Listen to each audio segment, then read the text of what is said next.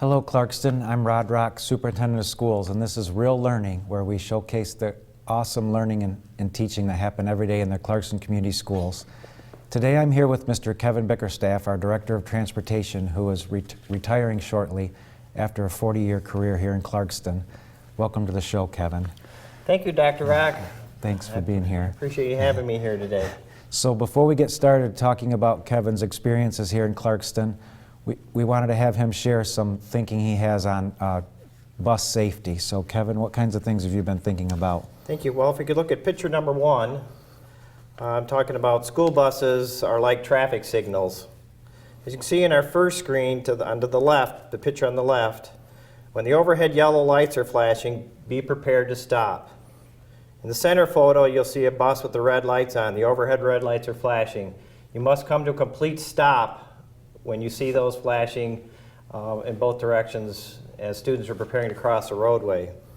Many people are confused when they see the stop arm come out on a bus that they can stop and then go. However, with a school bus with flashing red lights, the stop arm extended, they must come to a complete stop. In the third section, you'll see when the hazard lights are flashing on a bus, you can proceed with caution. Many districts in Oakland County have yellow light hazard flashing bus stops. That would be your hazard lights flashing. Cars are able to proceed by the bus. However, in Clarkston, we use all red light bus stops, and when the red lights are on, please take the time to stop. Those are our kids that are getting on and off those school buses, and we all want them to be safe. In picture two, we'll show the diagrams of when you need to stop. In the first picture, you show a two-lane roadway, vehicles traveling in both directions. The bus is at a stop, vehicles need to stop. In the center photo is a multi-lane highway, red lights flashing, vehicles must stop.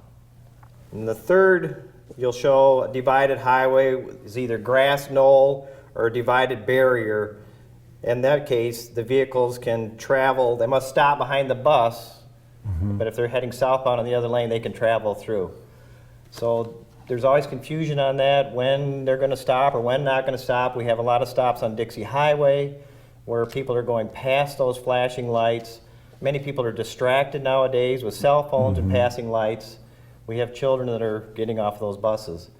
Now the drivers, when they do see a car pass, they will fill out a form and it's sent down to our Oakland County Sheriff deputies at their substation, and that's turned in, and then they follow up on those cars that are passing. So it's really, really important that people are aware that we need them to stop when they see those red flashing lights. No matter what, they need to stop and wait in order for our kids to be safe. Because like you said, you never know if a piece of paper is going to blow out into the road, or if a student might be distracted somehow, or somebody's across the street, and we never want anything bad to happen to a child. Correct. So even though it might take you an extra few minutes, we ask that you please stop when you see those red flashing lights. And Kevin, you were also telling us that you're looking for bus drivers, right? We are. We're always looking for school bus drivers. If anyone's interested in driving a school bus, please call us at the bus garage at 248-623-8040, and we'll get you started. We always love it when we have community people come and drive for us. It's always been a great opportunity for a lot of our parents here to be involved with their kids' lives. They're off in the summer times. They're off when we're off for snow days. So they're a great opportunity for them to come and drive school bus for us. So well, thank you, Kevin.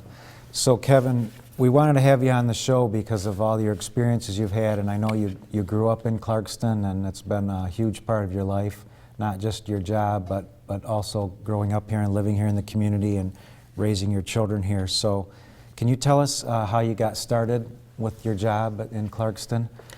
Well, I started in Clarkston as a second grader at Clarkston Elementary. It wasn't with my job, but I did attend Clarkston Elementary, junior high, and high school. I started at the bus garage in 1975 as I was a mechanic at that time. Some people ask, well, how'd you become a mechanic? I was fortunate at Clarkston High School, had a vocational auto class at that time. Mr. Sanavecca was their teacher. He was a great teacher for me and mentor, along with a lot of my other teachers at Clarkston High School. At that time it was vocational auto class, and I got a job through co-op. I worked for Morgan Service Station in downtown Clarkston, After we graduated from high school, I worked at Pontiac, was a Pontiac dealership north of town. Fortunately, there was an opening at the bus garage in Clarkston. Mr. Vara, another great mentor of mine, had indicated that there was an opening there, and I talked with the superintendent, Mr. Mason, at that time, and I got the job. So I started at Clarkston Schools. That's going way back. Yeah. So you're one of the hardest working people I've ever met, Kevin, one of the most dedicated and professional people. Can you tell us what's your typical day, especially in the wintertime? Typically in the wintertime, and I know a lot of you wonder who checks the roads. I do. I'm out there in the morning at 3:30 in the morning. We're checking traffic. A lot of times it's me and my 1991 pickup truck with 270,000 miles on it, and I'll check those roads. Often I'll take the school truck home. We'll evaluate the conditions of those roadways, and if school's good and we're going to go, then that means you're there till 5:30, 6 o'clock at night, till you get all your buses back in at the end of the day. You'll make a complete day of it. So if it's been snowing all night, you'll be out there plowing the parking lot at the bus garage and making sure that those buses are warmed up and drivers can get in and the hoods are cleared off and the windshields, all the things that people do in their driveways if you don't have a garage. Those are the kinds of things you're doing along with the mechanics. Yes. Right at the bus garage. Yep, Craig DeLoe, Tom Harmon are both our mechanics at the bus garage, and we'll get those things going. I mean, you think about your job going to work. You know, a lot of our bus drivers every day when they come in and they got to start their cold cars, scrape their windows, come in, park their car, then they have to get in a school bus and start doing that. It makes a tough, long day for them. So when it's really cold outside, we'll get them started. Usually if it's 0 or below, they're started so they're warmed up, so they're ready to go for our kids to get on a warm bus. And I know I've heard you say that too, that you want the bus to be warm for the kids after maybe they've been standing outside Absolutely. in the cold. If they sit out there so long and you start them, once they get on the bus, then it becomes frosty and cold. So we know not all the kids dress appropriately for that weather. They should be out there. So we try to make those warmed up, ready to go, and be on time. And you've always been a person who has really looked out for children and thought about kids all the way through your career.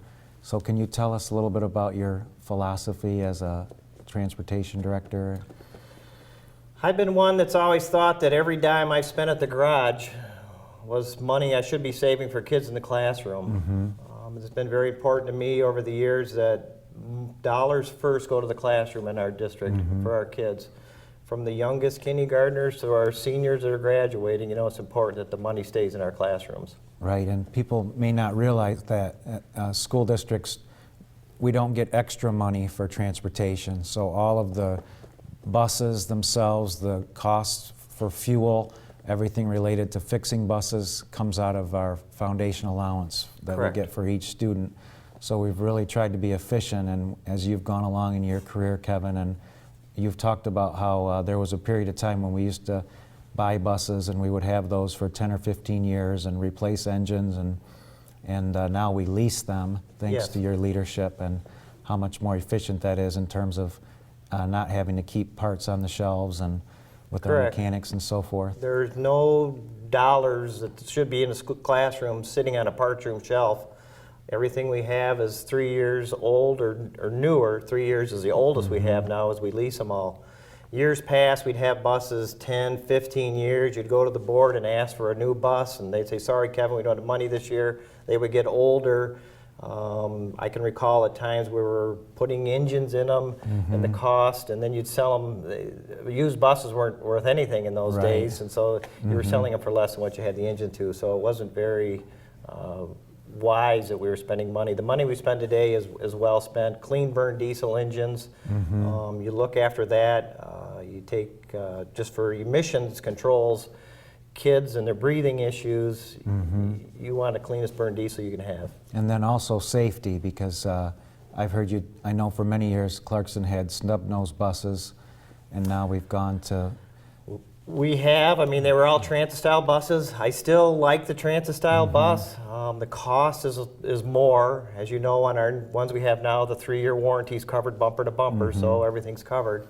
On our transit buses, the door always arrived before the front wheel. The maneuverability and visibility was better. However, 97% of the buses today are like what we have, are Right. conventional school buses. So it gets the job done for a little less cost. And Kevin's always been very, very thoughtful about student safety and training, and I know we've always been very successful when it comes to the county auditing our buses and in terms of the safety. State police inspections have been perfect inspections for many, many years now, which is difficult for some districts to maintain. I mean, you'll hear it all the time how they've got red tape buses, or the buses haven't been maintained. Not that those mechanics are not trying to keep them maintained, that they just became so old and difficult to maintain, and the cost of them, it's very difficult for some of those fellows to keep those things going. Right. So can you tell us, Kevin, some of your greatest memories of being here in Clarkston?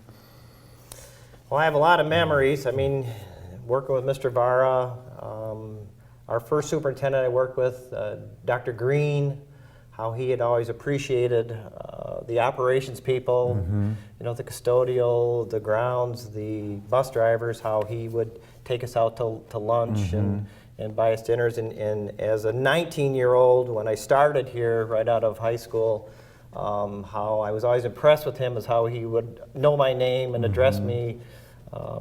Very respectful man that he was, and took care of us. Mr. Vara, he was always a leader. I mean, he came and saw me every morning, made sure we were on task. He would go out and check roads with me, and that was always a fun thing. Mr. Vara and I would go out, and then he was always special on a snow day. Whenever there's a snow day, Mr. Bickerstaff, it's a snow day today, we're going to breakfast. So once we made the decision, he instilled in me that once you make that decision, run or close, that's the decision you go with, because you'll always get second guessers and how you should or shouldn't have, but you're the one making that decision. So he instilled in me as a good leader that once you set your track or where you're going, what you're going to do, stick with that plan and make it happen or get it done. Okay. So if there's one thing you could change about education, what would it be and why?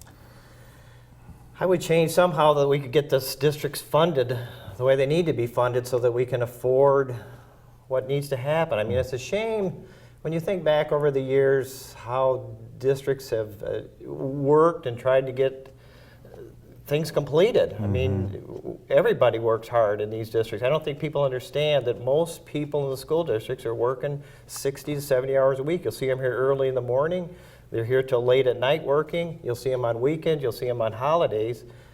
For some reason, we get portrayed as, off 3 months a year. I know myself, I'm working 12 months, day and a half every day, 3:30 until 6 at night, 6, 7, 8. I'll stay at the bus garage till trips are back. I would like to see that changed. So that we'd have enough dollars to run our district, so that you wouldn't hear every day on the news how another district's going broke. Right. You just can't keep them going like this. And Kevin, how many students do we transport every day in Clarkston?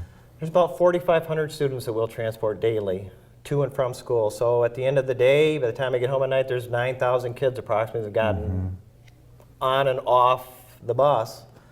And I'm always very thankful that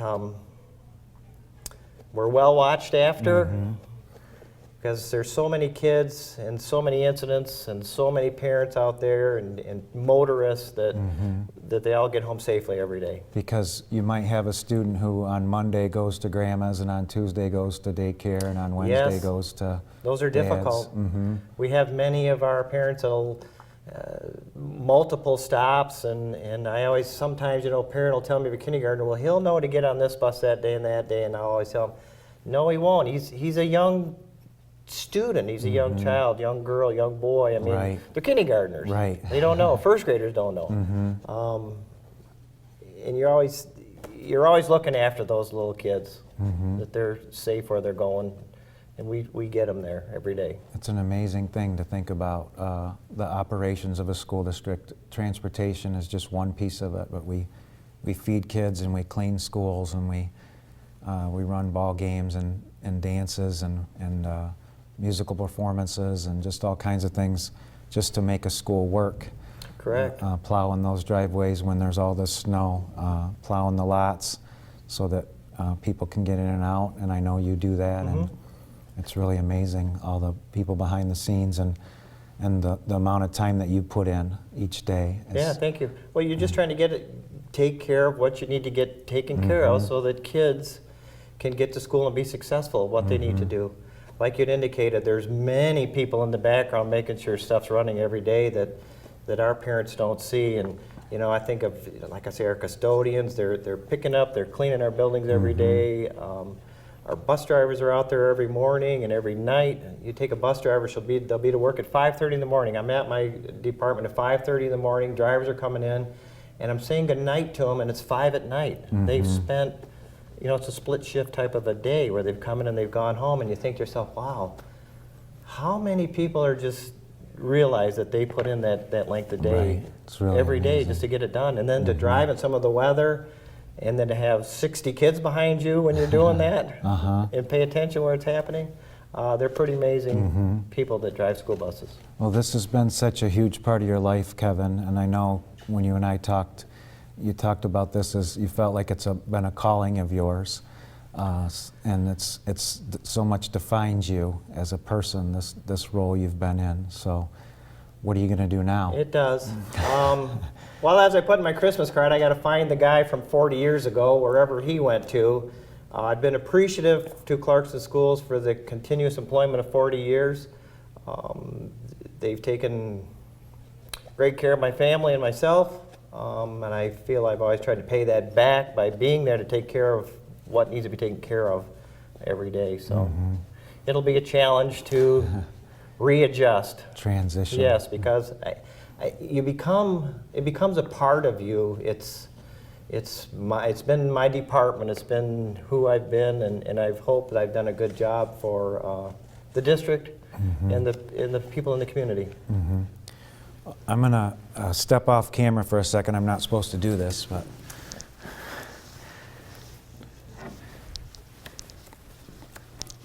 Kevin, we had this red thread, as you know, represents the connections that we have in our lives. Once a connection starts, just like you talked about second grade here in Clarkston, it's something that lasts a lifetime. And all the different people you've worked with, your teachers, and all the people who have worked with you, and all the lives you've touched.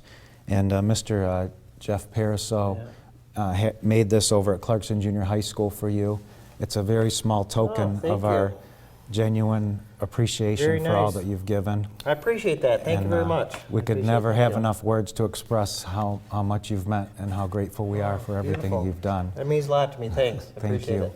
So I'm glad to have this opportunity to talk with Kevin and to let our community know about the people behind the scenes who do such great work for kids every single day. It's always about children, doing the best we can for children every single day in the Clarkston Community Schools. So thanks again to Kevin, and thanks to everyone who works so hard. Have a great day.